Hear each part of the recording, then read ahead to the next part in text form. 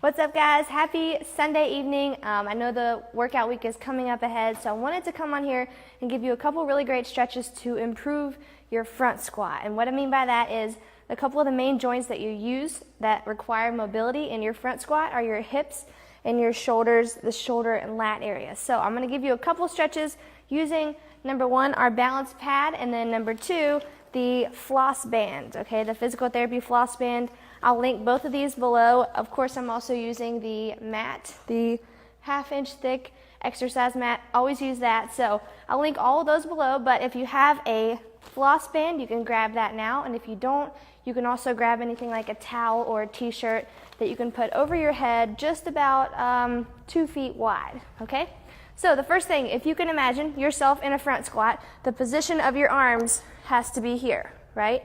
You're holding the bar right in this little divot on your shoulder, okay? So your hands have to be here. One of the first things that you do need is wrist flexibility, okay? So a great way for that is just to put the floss band around your fingers, okay? Twist it once so you've got a little tension, and then pull backwards. Okay, you're gonna pull back towards your chest. All right, and then you can also, of course, flip it over, coming down this way. Okay, because your wrist has to be able to, with the bar on it, fold back to this position so it's holding.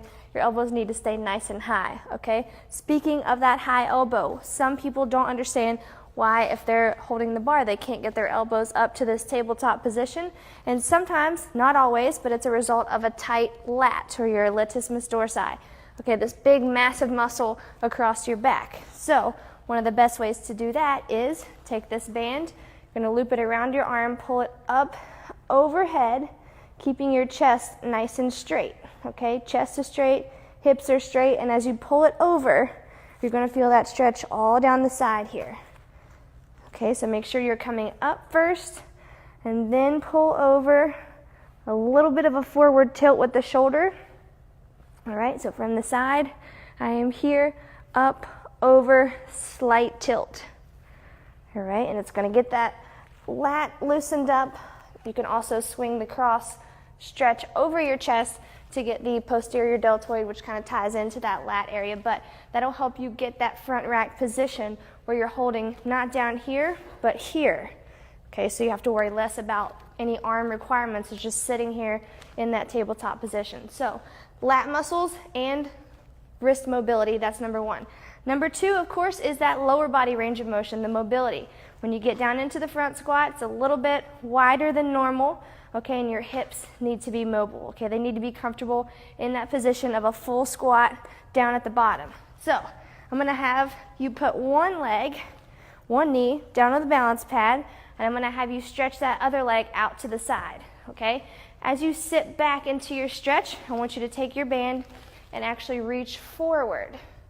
Okay, what that's gonna do is stretch your adductor here in your hip joint, okay, where the adductor ties in, your hip joint, so at the bottom, it doesn't tighten up a lot in here in your inner thigh, okay? So take the band right across your chest, sit your hips back as you reach your hands forward. Okay, sit there. And then to practice that forward extension of the hip, activate the glutes, bring your hips all the way back forward. From the side, looks like this. Okay, knees on the pad, you're stretching your other leg out to the side, reach forward, butt goes back. Okay, inner thighs have to be nice and loose, the hip joint needs to be nice and loose.